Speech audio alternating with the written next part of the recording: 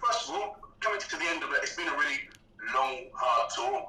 People have gone home and come back and so on. But it's been a long time out there, and it comes down to this because England lost the Test series, lost the T20s. Does that put added pressure, added importance on this final match to bring them to have something tangible to bring home with them? To an extent, but at the same time, we want to win all the games we play, and it's great to be in another final as such in this series. Obviously, the T20s went to a decider, and this series will do the same. So they're great games to be involved in. We're all very much looking forward to it. It was an excellent performance yesterday, so we take lots of confidence into the game on Sunday. You mentioned the performance, a fantastic win. We saw two contrasting styles as well. So India were a bit more cagey to begin with and then accelerated. England came out firing. Do you expect India to perhaps approach this one slightly differently given what happened last time out? I'm not sure, to be honest. India are a fantastic side, and they have the way and style that they play, and they've had a lot of success in doing that. As a side, we tend to focus on ourselves as much as we can.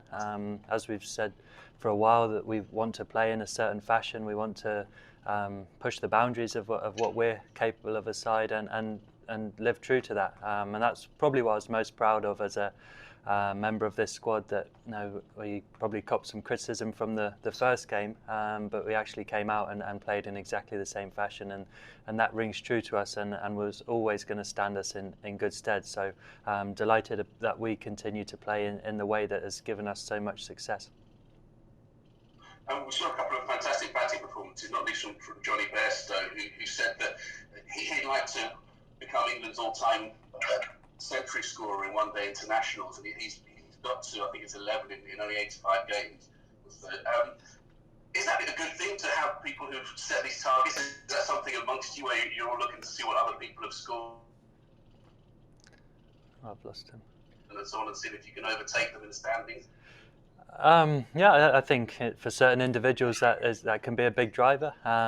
Johnny's been in unbelievable form for the last few years for us. He's been one of the world's leading batsmen in ODI cricket, and he's been amazing to watch. If those numbers and it drives him on, that's fantastic for us as a side. We all want to push boundaries of what we're all capable of as a team, and of course individuals want to do that as well. So that's fantastic that the form that Johnny's in, and there's no reason why he shouldn't go on and break all those records.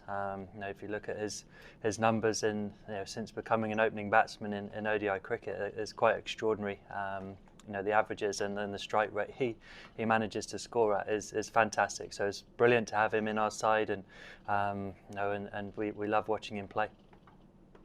I asked you earlier about England, the importance of this match in terms of taking something tangible home with England, but regardless of results, do you feel England have learned a lot over this tour and are perhaps better equipped when they come back later in the year in the T20 World Cup? You've learned a lot about yourselves, a lot about India. Yeah, I think so. I think the T20s were a great, don't want to say exercise in a way, but it was a fantastic series for learning about playing in this part of the world as a side, but having everyone together, with the T20 World Cup, looming in the near future. And again, as a side, I know Owen and Chris Silver have talked about building that pool of players who are exposed to international cricket, and being exposed to playing against India in India is as hard as it gets really in international cricket. So lots of guys have had opportunities. It's great to see Liam Livingstone make his debut yesterday. Some other, brilliant to see Reece Topley come back in and bowl so well. So it's fantastic for these guys to get exposure and to come in and perform in the fashion that we like to play as a side. I thought that was great for someone like Liam Livingstone to fully commit to his way, and it's great to see someone do that on debut. Of course, a lot of you have more T20 cricket to play in India coming up short in the IPL. Just first of all, how are you feeling in terms of your fitness and mental fitness and so on, extending that you stay in India, and what do you do between after this next one-day international at the start of the IPL and getting yourself ready? Yeah, so after this game we travelled to Mumbai to join up with the Rajasthan Royals. Our first game's not until I think the 12th of April, so a little bit of downtime in between now and then to sort of refresh a bit away from the game. And of course, there's challenges with bubble life and those kind of things. It's trying to manage that as best you can. But you know, the IPL is a huge tournament, a very exciting one. I'm really excited to play in that, and that, you know, gives you a lot of energy, the thought of playing in that competition. Just finally from me, just looking back over the whole tour, there've been the odd flashpoint on the pitch involving Virat Kohli, some of the England players, so a few things said off the pitch as well. In terms of the spirit and between the two sides and the way the tour's being conducted, do you feel perhaps a few boundaries are being pushed, particularly by perhaps Virat Kohli on the pitch? I think someone like Virat's a very competitive guy, quite an emotional player, and rides the emotions of the games. And you know, I think that's, you know, one of the great things about cricket is that, you know, lots of us are all different and we all play the game in our own ways, and that creates talking points and makes it interesting to watch. So I think that all the series have been fiercely competitive. You know, both sides desperate to win, as you would expect in international cricket. So you know, of course, there's times when you know, guys get competitive and stuff, but I think they tend to be quite natural things that happen in international cricket.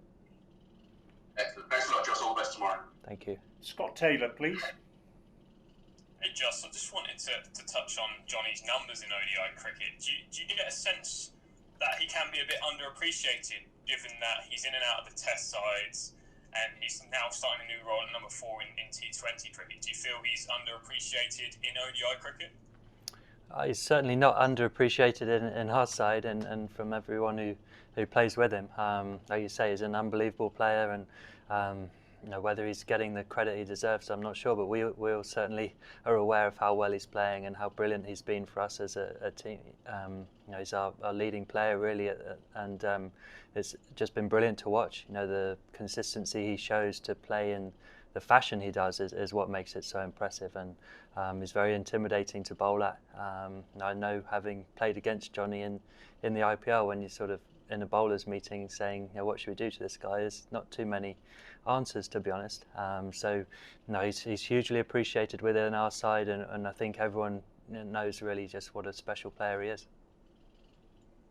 And as a captain yesterday, how much of a luxury was it to you to have Johnny and Jason come in? Where do you rank them in terms of the best partnerships in white ball cricket at the minute?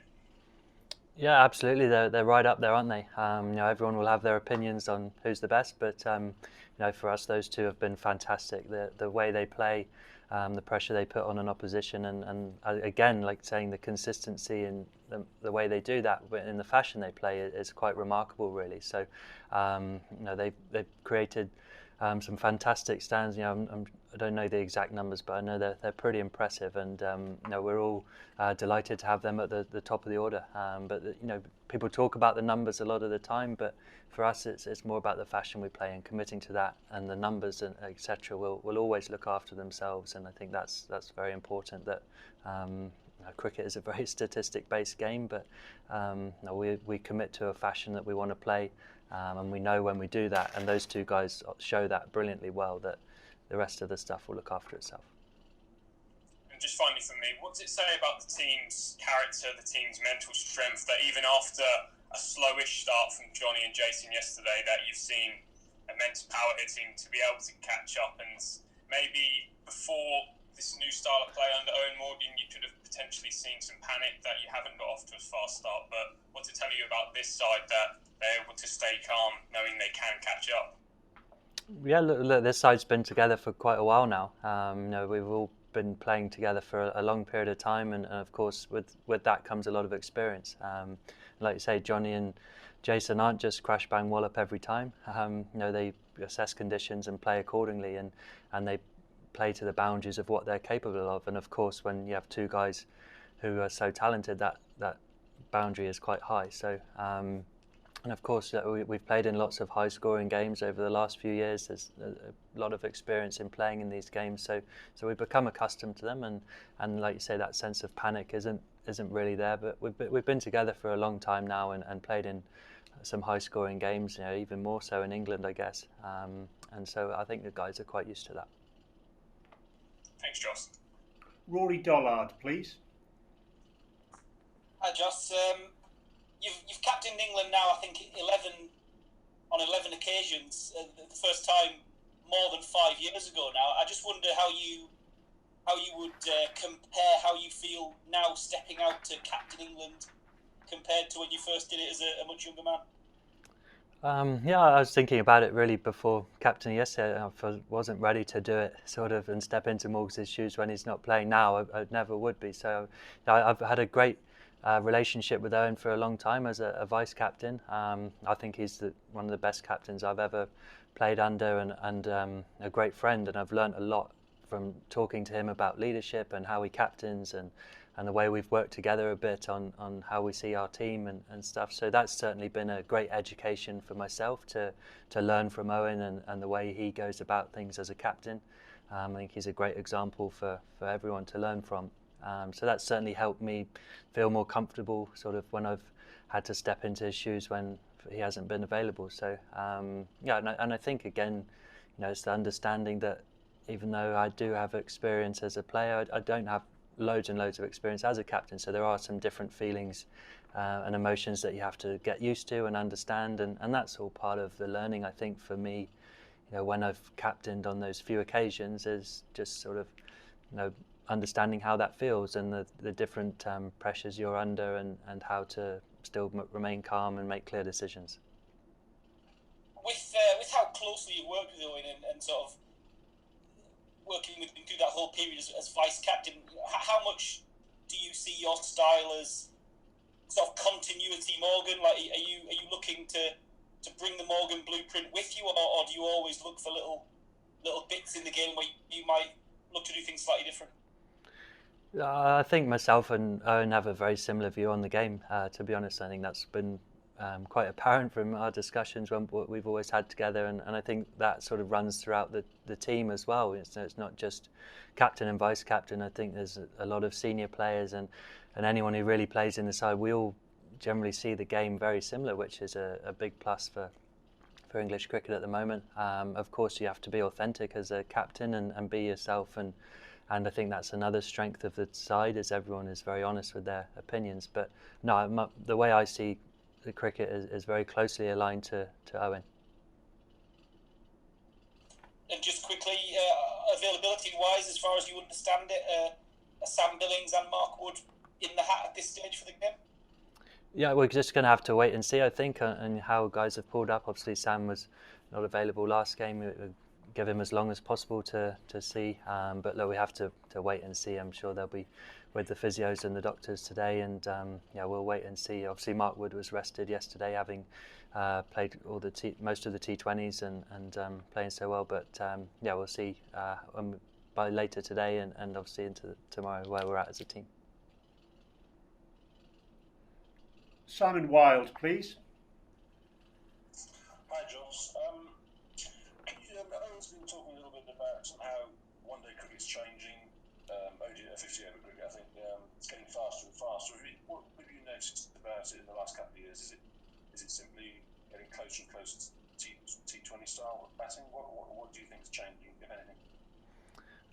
Yeah, I think the two games are probably as close as they've ever been at the moment. I think T20 has given people probably a greater understanding of risk and reward, and that's sort of coming into the 50 over games. Sort of, especially for our team, sort of, six hitting capability, I guess, and boundary hitting capability, and the guy's attitude to risk is probably quite different compared to how it was a number of years ago. And I think T20s sort of made people realise that they can operate at a level above what they used to be able to do for longer periods of time, and bringing that into 50 over cricket. So yeah, of course, when the conditions suit, it's certainly made for some high scoring games. But I think one of the beauties of 50 over cricket at times is still, and I'd probably go back to the World Cup in 2019, we probably expected to see higher scoring games than we did. So there are certain times when the game does differ and move further away from T20, but I'd say they are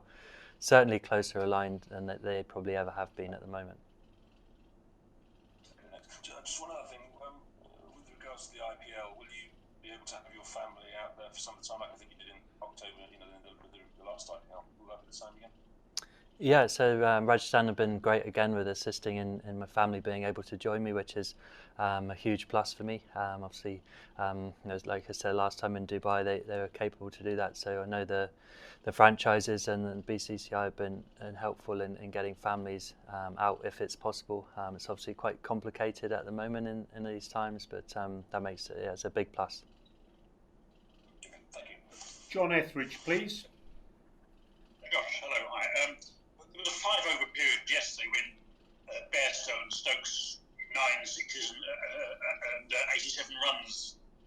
I mean, sitting in the dressing room, can you sort of explain what the atmosphere is like watching that? Are people sort of awestruck, or are they laughing, or what? Yeah, bit of everything really, and strangely at the same time, you're kind of expecting them to keep going. You know, I know people talk about matchups at certain times. Johnny, we all know, is a fantastic player of spin and aggressive against spin. Ben the same, and obviously, I think one of the great things for watching on as a side is the two guys taking ownership of how they wanted to play and seeing it as that time was the time to really accelerate and win the game as such in that period, and the two guys did that brilliantly. So I think it was an amazing show. You know, we were all sat there in awe of what they're doing, enjoying what they're doing, but at the same time expecting them to do it, which is fantastic as well. So it's a lot of fun. I know as a fellow player and speak for all of us sat there, we're just blown away really and really enjoyed watching them.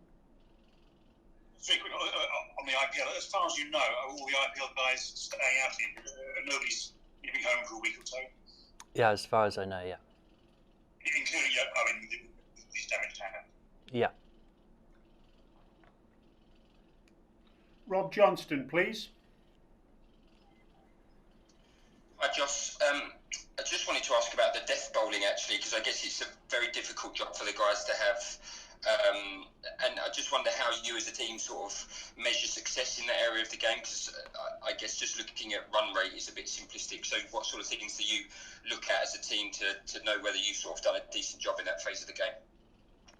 Yeah, it's obviously a very tough phase of the game to bowl at, and as we've seen in 50-over cricket over the last little period, if you don't sort of take wickets in those middle periods and you have set batsmen at the end of an innings, it can be incredibly tough. I think that really, when I look back at yesterday's game, I think you have to give a lot of credit to the spinners who kept it tight for a while, and Adil Rashid again coming up with a huge wicket. But it's very tough to defend. There's a small ground, short boundary on one side and an excellent wicket, and it probably shows, from where I think the bowlers always feel better when they see, how it turns out for the opposition as well. Two guys for us, obviously, and the rest sort of played fantastically well, and it showed it was very tough to bowl and in those conditions. If you don't take the wickets early on or in the middle, death overs can be very tough. So we all know again sort of how closely aligned T20 and 50-over cricket getting closer. We've seen some extortionate numbers happen in the last 5 overs of T20 games, and that's no different really in 50-over cricket, and with the 2 new balls at each end when you have set batsmen. So it's an incredibly tough time to bowl, and I think it again shows how each single ball is such a huge event at that point in the game. You may have gone for 15, 18 in an over and still have a 1 ball to go, but if you can get out your over with a single or a dot, that has such a huge effect on the game. So you're sort of really breaking it down in terms of balls really as how you measure that success, I guess. Great, thanks. Ali Martin, please. Hi, Jos. I appreciate you're only deputising for Owen at the moment, but you're very much part of the Brains Trust in the white ball setup. When you watch an innings like that from Ben Stokes yesterday, do you think he could possibly do this role from number 3 in the T20 side?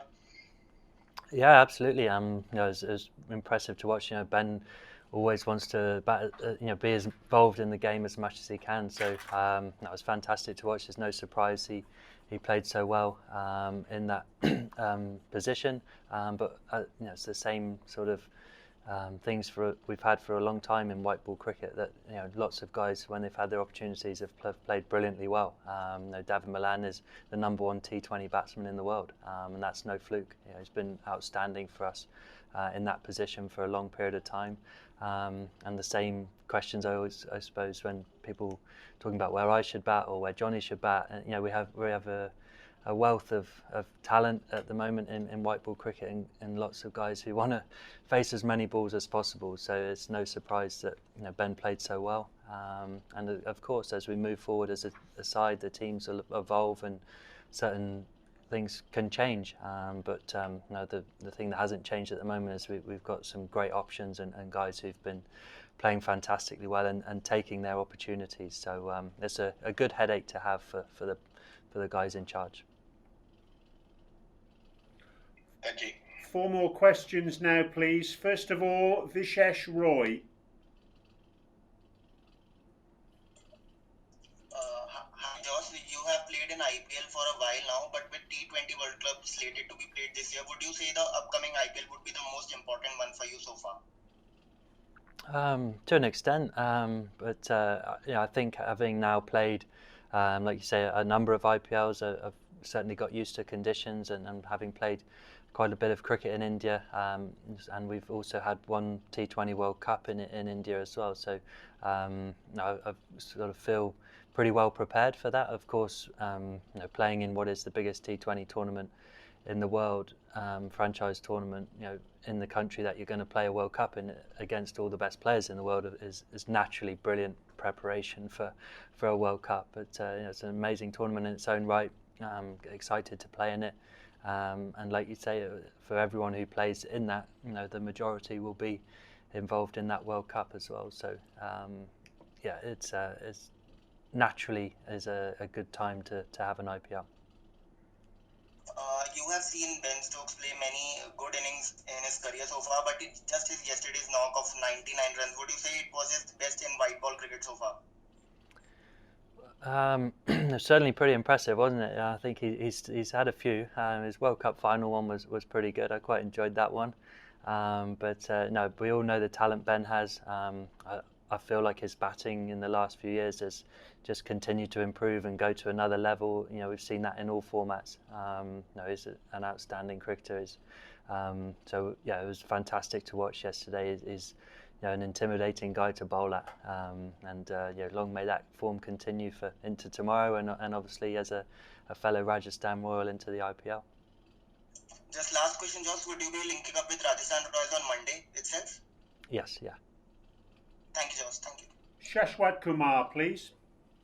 Good evening, Jos. Am I audible? Yes. Yeah. Yeah, so you've been in excellent form in T20 cricket and Test cricket since 2019, but in the ODI format since the 2019 World Cup final, you've only scored 14 runs in 5 innings. So what do you think perhaps explains that discrepancy, and is that something that is playing on your mind?